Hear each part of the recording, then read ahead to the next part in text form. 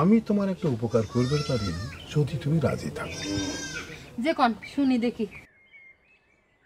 কথাটা সংক্ষেপে সারি। আমি তো আসলের চিন্তা করি না, সুদ বাবদ তুমি যদি আমাকে বিয়ে করতে রাজি থাকো তাহলে একটা ব্যবস্থা হতে পারে।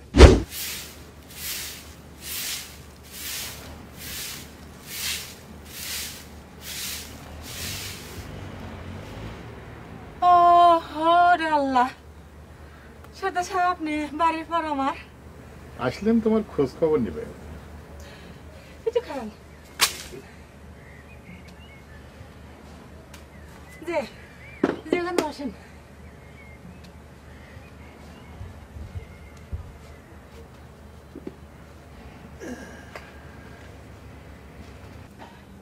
যে কিছু চিন্তা ভাবনা করলে তোমার সঙ্গী সাথীরা কি তোমার ঋণ সুদ শোধ দেওয়ার দায়িত্ব নিবি? আমি মানে আসলে কিছুই বুঝতে পারতেছি না। আমার মনে হচ্ছে কি সর্দার সাহেব জানেন, মানে যে আপনার কাছ থেকে যে টাকাটা আমি লিছি সে টাকা সুদের চিনতে আমার মনে করে আত্মহত্যা করলো।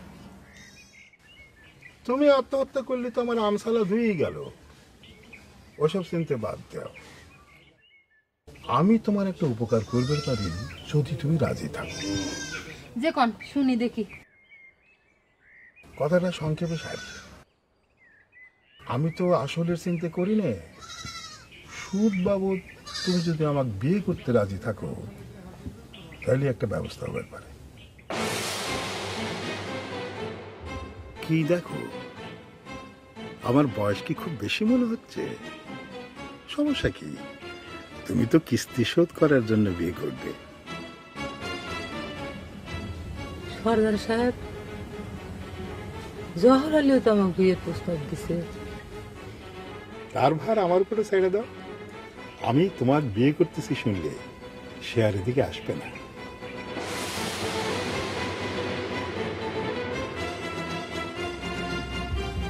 কথা তাহলে ফাইনাল করে গেলাম।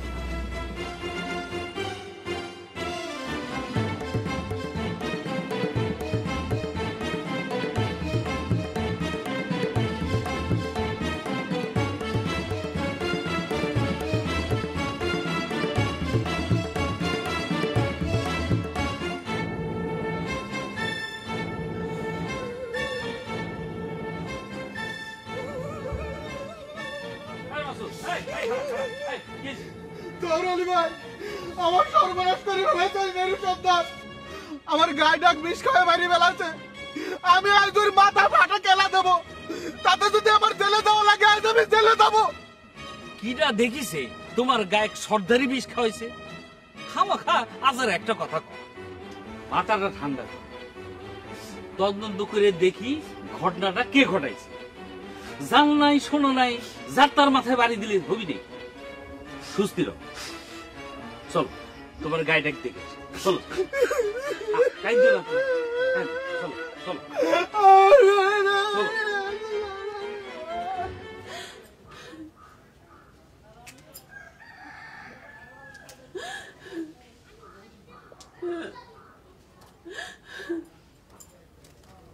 তুমি অবাক করতেছো কে? আমি তো আমার সুদ ওসুল করার জন্য এই সিদ্ধান্তটা নিচ্ছি।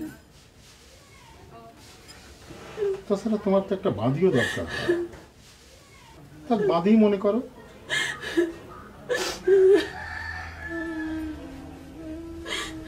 বছর ধরে তেল তেল করে শুধু এক নিমেষে শেষ হয়ে গেছে।